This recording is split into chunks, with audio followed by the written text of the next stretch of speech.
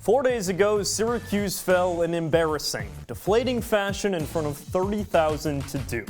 Tonight, against Clemson, more of the same. SU trailed 13-3 early on, and it only spiraled from there. 3-point defense, rebounding, and stars nowhere to be found.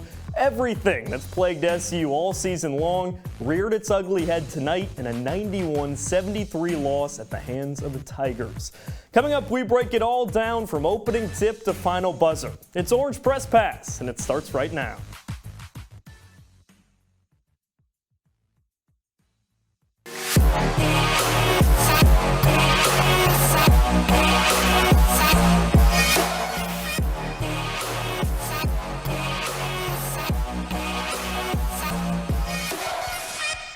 Welcome inside the CitrusTV studio. Jacob Morris joined by Adam Cohen and Austin Barach breaking down a low 91-73 loss for Syracuse at the hands of Clemson. Adam, I'll come to you first. Give me your first thought after loss number 2 in a row for Syracuse. One really, quite frankly, the Orange were never in.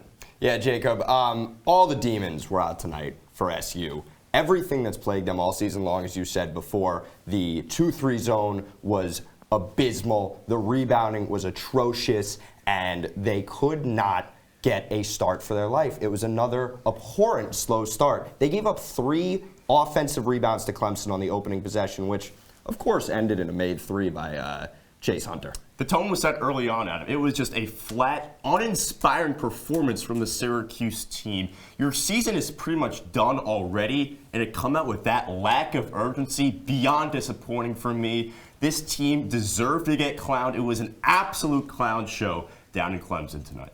Whole lot of negativity from the two analysts, but let's see how it all went down. Syracuse heading on the road after that loss to Duke to take on the Clemson Tigers. 13th overall meeting between these two squads. Clemson off to its best ACC start in program history and off to a good start in this one as well. PJ Hall, the turnaround jumper. Clemson up 10 early on, but SU would fight back. How about Quadir Copeland in transition? Gets the righty layup to fall, but right here, the story of the first half. Adam, assist the name of the game for Clemson. It's crazy. No matter what, there was always an open Clemson player, and they were so good at finding that open man. I was watching them sling passes around like hot potatoes. It was actually kind of fun to watch, but unfortunately, it spelled doom for Syracuse. Whole lot of successful passing for Clemson. Joe Girard III getting on the board there, but more easy looks for Clemson here. It's Ian Shefflin who puts the tip in. Tigers up 13 at the halftime break. More of the same in the second half. Brevin Galloway knocks down the transition triple. But how about Clemson getting it done all over the court? Not just outside behind the arc. How about in transition in the paint as well? That's Hunter Tyson on the dunk. Jesse Edwards struggled throughout the first half. He gets on the board there, but Austin, just more good looks all second half for the Tigers. Yeah, too little too late there from Edwards. Just this game, start to end, dominance from the Tigers. Ben Middlebrooks with the exclamation point there. 91-73, Clemson takes it in emphatic fashion. Syracuse falls to 16-12. And Adam, again, Syracuse never really had a chance, thanks in large part to Hunter Tyson with 29 points. I mean, he was just everywhere tonight, and no matter what, every time I looked at the TV, he was popping a 3. It was, again, magnificent to watch, but it was a problem for Syracuse. Yeah, this team had no answer for Tyson. He never really broke a sweat, Jacob. It was way too easy for him all day long.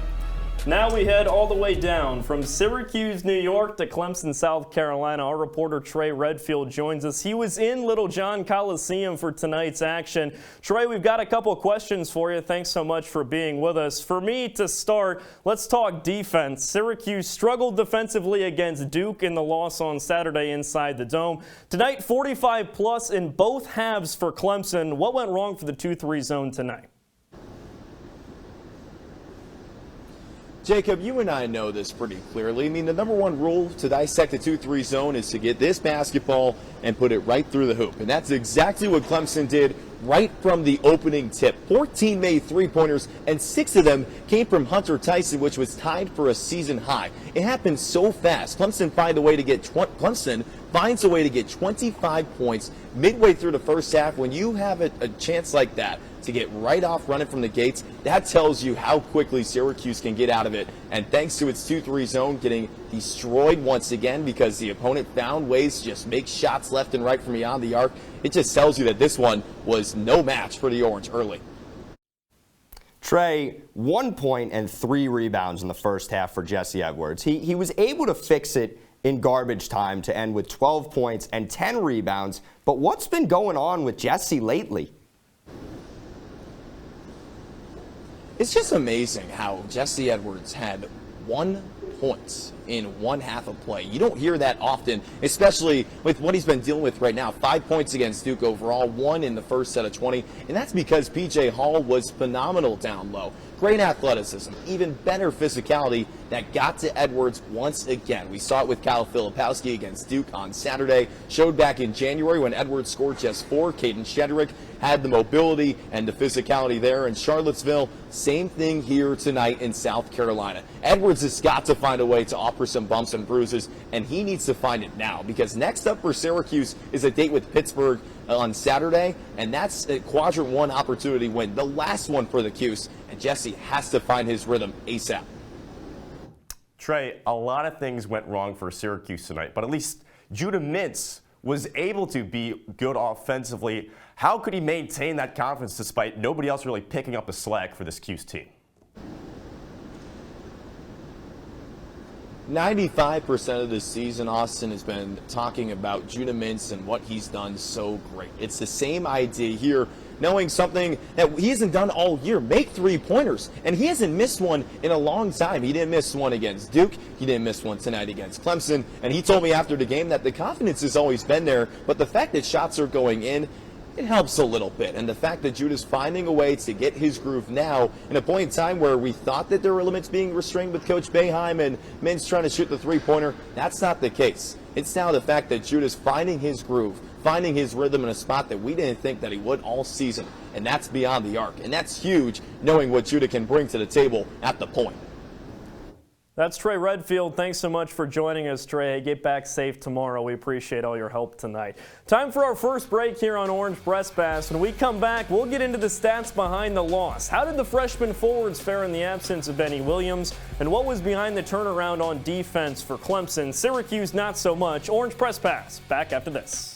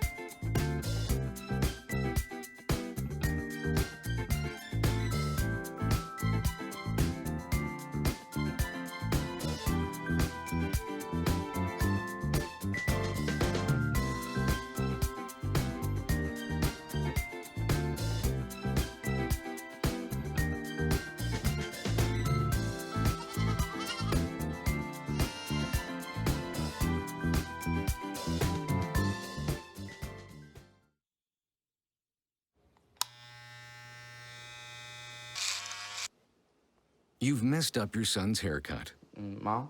Do you A, try to fix it, Like it never happened. B, work with what you got, or C, show solidarity? Thank you, baby. As a parent, there are no perfect answers. But you don't have to be perfect to be a perfect parent. Thousands of teens in foster care will love you just as. Back on Orange Press Pass inside the CitrusTV studio, Adam Cohen, Austin Barach, and Jacob Morris breaking it all down. Syracuse falls for the second consecutive game, this time a 91-73 loss at the hands of the Clemson Tigers. Adam, Austin, it was another offensive struggle for Syracuse. Offensive struggles being there's really no identity for this squad. Judah Mintz showed up big time for Syracuse, but not a lot of help other than the freshman.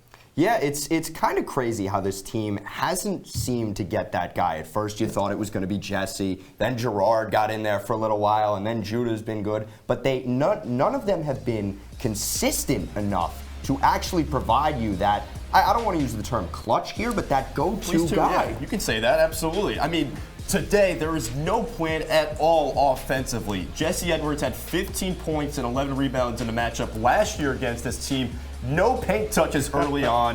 The 3-play stuck out to me. Quadir Copeland, he did a sweeping hook when the Cuse were down 13 points in the first half.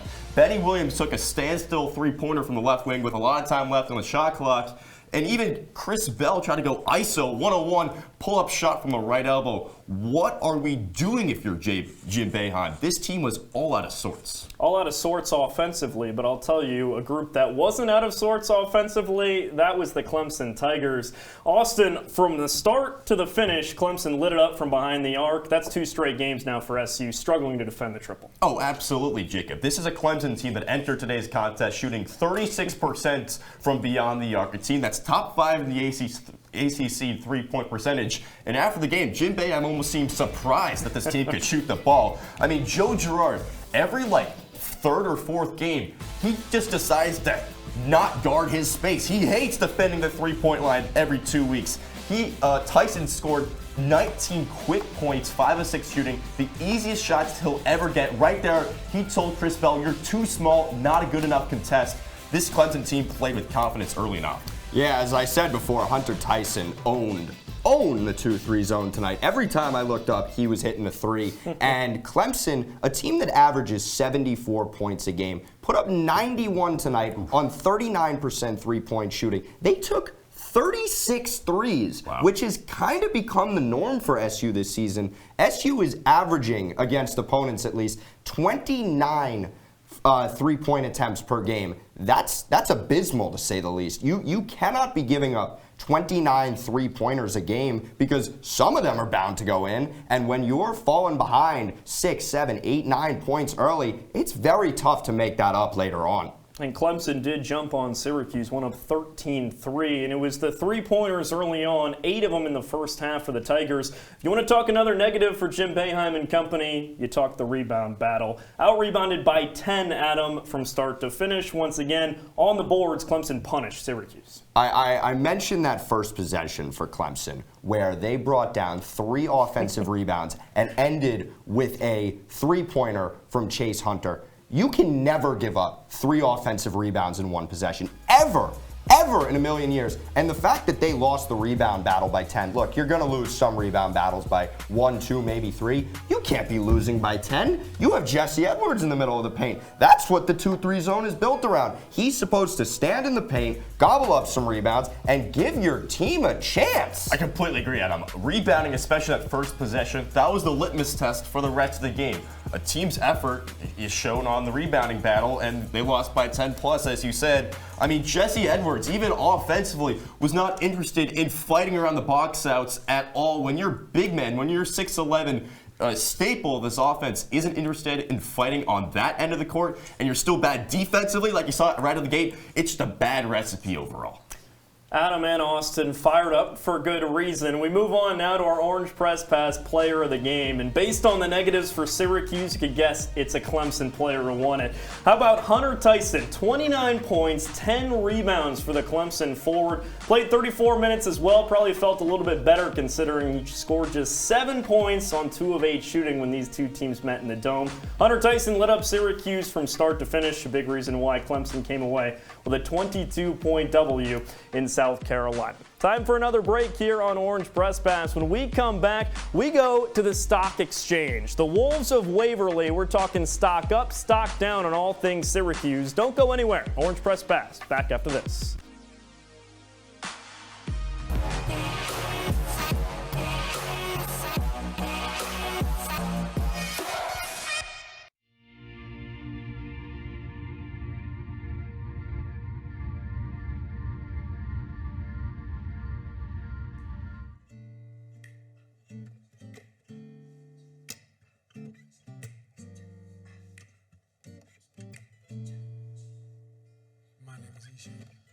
Hi, my name is Sadie Miller. My name is Luke Brady.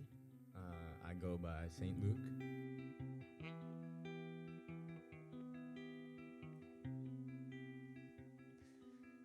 So this one I started with this guitar lick.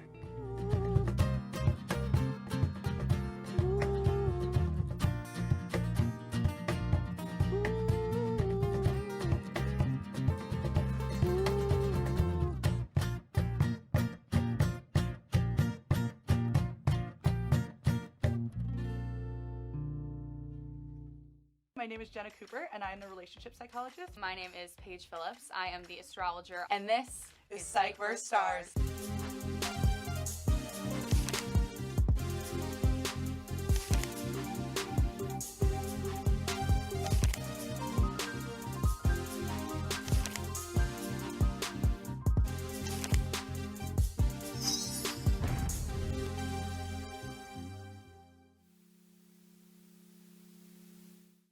One in 3 adults has pre-diabetes. That means it could be you, your favorite brother, your other brother, you, your football buddy, your football buddy, you, your plumber, Breathe right into your foot. your plumber's masseuse, Yes.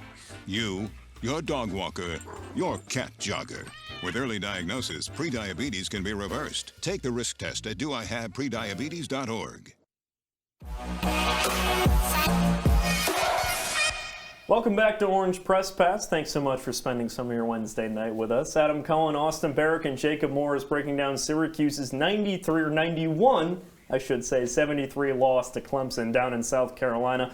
Now it's time to have some fun, something Syracuse didn't have much of tonight. We're playing Wolves of Waverly Avenue. We're talking the stock exchange. I'm going to pose, we'll say, a topic about Syracuse. These two are going to buy or sell, tell us where they're at. And we start first with the freshman. Fantastic from Judah Mintz tonight, 20-plus points, 15-plus in 7 straight games. Adam, you buying or you selling Judah Mintz right now? As of right now, I am buying this guy. Right? Yeah, you really have to. Tonight was an incredible performance from him. 23 points, 4 rebounds, and look, he limited the turnovers, to be honest. 3 turnovers, and that's pretty good. On the season, Judah's got 16 points per game. Look, 2 rebounds per game isn't great, but you're not looking for him to be your big rebounder. Yeah. He's got 2 steals per game, and he's hitting shots 45% from the field. That's pretty good. I'm buying that any day of the week. Adam, I got to agree with you. I'm buying Judah Mintz as well. Jacob, I think he's now 8 straight games of 15-plus points after tonight's performance from Judah. He's got poise, he's got command, he leads the fast break well. He had a bunch of assists in previous weeks, not so much recently, but he's still become the heartbeat of this team. When you need a bucket, who else do you go to but Judah Mintz? He's become very good. We even saw him make 2 legitimate NBA-style three-pointers tonight. A little bit in store for what might be in the future for him. Bumping up that draft stock. You guys are buying his stock as is right now. But let's move to his backcourt mate. Joe Girard, not quite as great offensively as Judah Mintz tonight. 11 points, and interesting to note, 0 assists for the senior. You buying or you selling Joe Girard the third stock right now, Austin? I think you know where I'm going with this one, Jacob. I've got to sell. I got to sell with JG3 here. You know, I love the guy, but he just disappoints me too much. He disappoints me too much. You said it, Jacob. 0 assists tonight, only 2 in his last 3 contests. And you go back a few weeks back to the North Carolina game. That was the hinge game of the season for the Syracuse team, and he was the reason why the Cuse lost that game with that save to Northwestern's finest, Pete Nance right there. He disappeared against Virginia Tech in Blacksburg, Castle Coliseum, as a lot of people like to say. He also disappeared against number 6 Virginia. Kihei Clark ate his lunch for the 8th straight year, it seems like. So Joe Girard, a guy who I like, but he just disappoints me too much.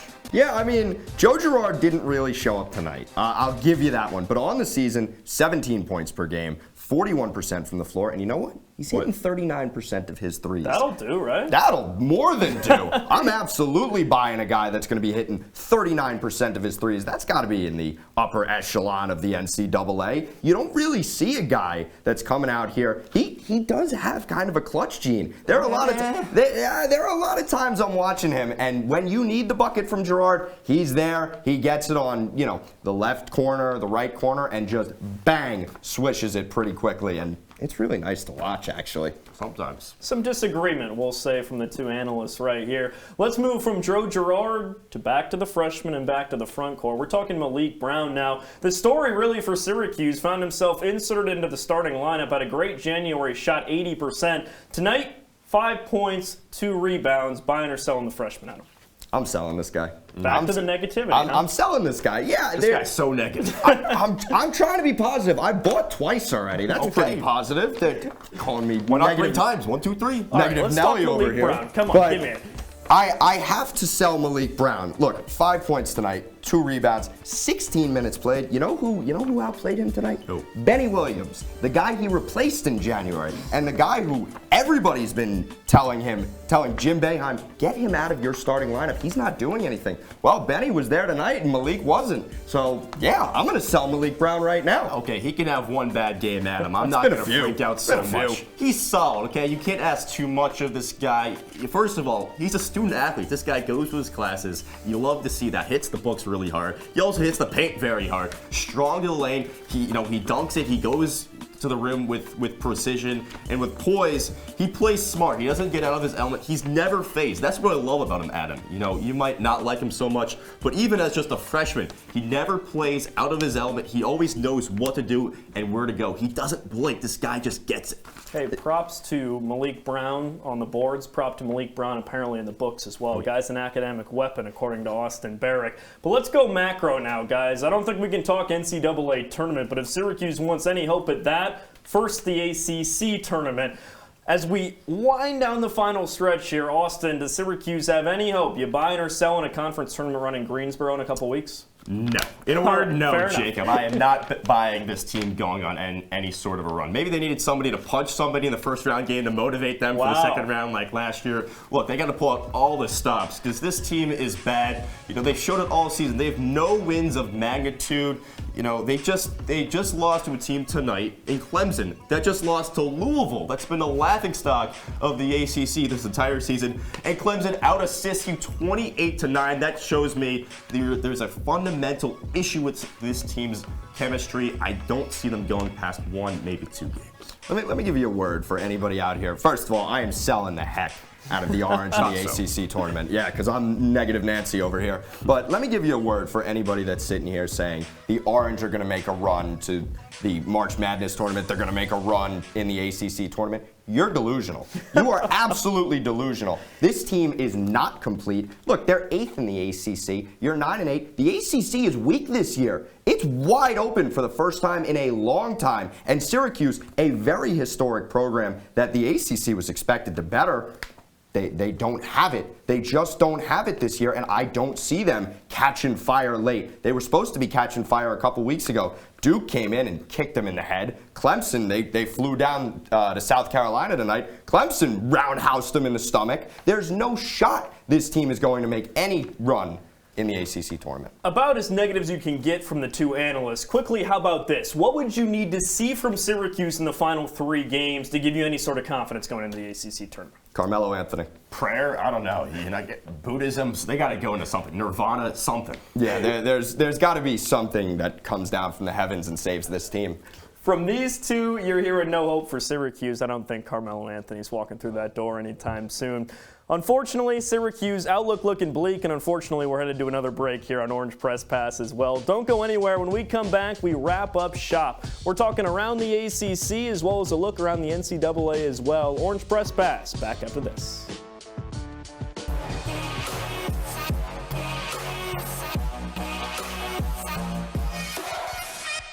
Welcome to my house. Lately, not my happy place. Everybody's pretty tired of each other. The parents were not themselves. My little brothers were morphing into small creatures. The walls were closing in. Clearly, a case of too much family, too close, 24/7. And there's a lot of that going around right now. If this sounds like your house, try going someplace new. YourLifeYourVoice.org. You'll find lots of ideas to help you handle the family stresses of being confined to close quarters.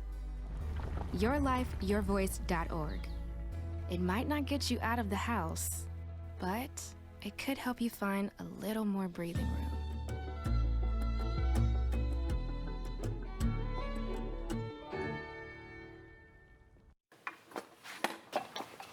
Did you hear about the pony with a sore throat? He was a little horse. Can I tell you a cat joke? Just kidding. Why couldn't the Why was the basketball court all wet? Why? Because the players kept dribbling all over it. Where'd the cats go on vacation? New York.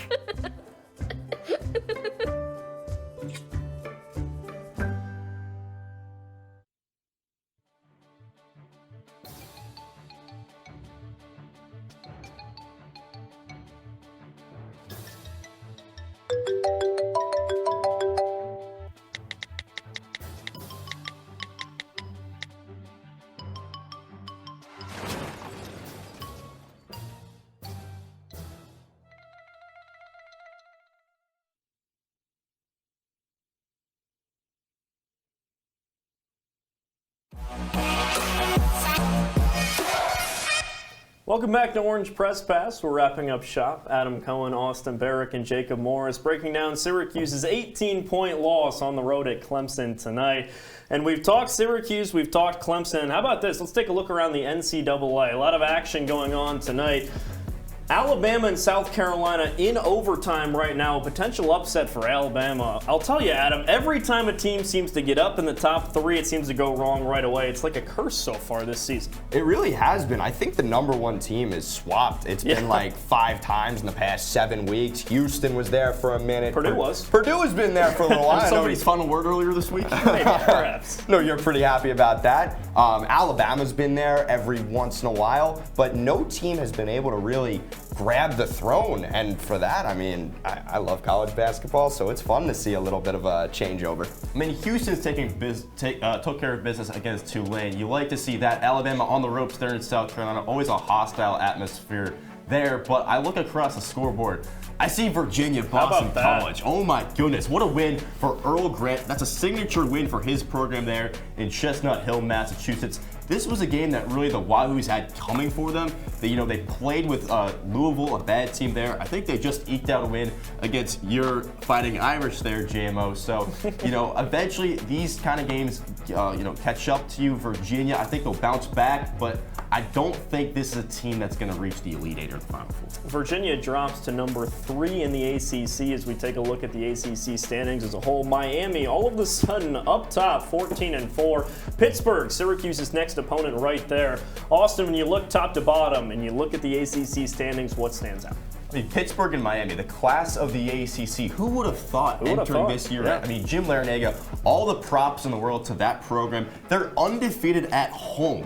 Something special going on in Coral Gables there. Pittsburgh is going to be a tough matchup for the Syracuse team. I think both those teams are tough outs in the tournament. Miami's going to probably be like a 4-5 seed. Pittsburgh's going to be like a scrappy 7-8. But besides those top 3, Miami, Pittsburgh, Virginia, I don't see much optimism, much upside across the rest of the slate. Yeah, I mentioned before, the ACC is wide open, and you can see it there. Miami, Pittsburgh, Virginia, and Clemson all sort of squeezed together at the top there. I mean, Clemson knocked off Syracuse tonight. Virginia's knocked off Syracuse. Pittsburgh's knocked off Syracuse. And, oh, wait, Miami's knocked off Syracuse. So clearly there's more of a cream of the crop that Syracuse just isn't there. And looking at that ACC, it's fun to see Duke in the middle. I have to say that's a lot of fun to see. But North Carolina, a team that growing up, I got so used to them always being a #1 overall seed in the tournament, a top 2 seed. They've just fallen apart this year.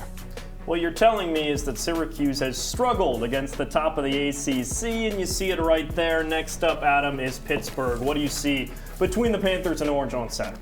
Yeah, I mean, I see the last time these two played, and it was an 84-82 loss for the Orange, but the end of that game was really interesting because SU had a comeback, and it fell just short, but it's almost like MJ says, I've never lost a game, I just ran out of time. This was a Pitt team that we didn't think was good at this time. This is a Pitt team that's real legit now. They're going to storm Syracuse come Saturday. Interesting prediction right there from Austin Barach. Let's bring it back to Clemson and Syracuse as we wrap up shop here on Orange Press Pass. Adam, give me a final thought from tonight's matchup. We're beating a dead horse with the 2-3 zone. That's it. It has not worked for Jim Boeheim since BC turned to AD, so there's really no hope for it now. It's given up 75 points per game the last year and then 71 this year, so I don't see it improving. For Syracuse, load the buses. They seemed eager to get out and travel away and eager to end this season. No hope for Syracuse down the stretch. 2 negative final thoughts from the two of them, and it makes sense. Syracuse falls to Clemson, 91-73 in Clemson, South Carolina. That's all the time we have. Adam Cohen, Austin Barach, and Jacob Morris saying so long.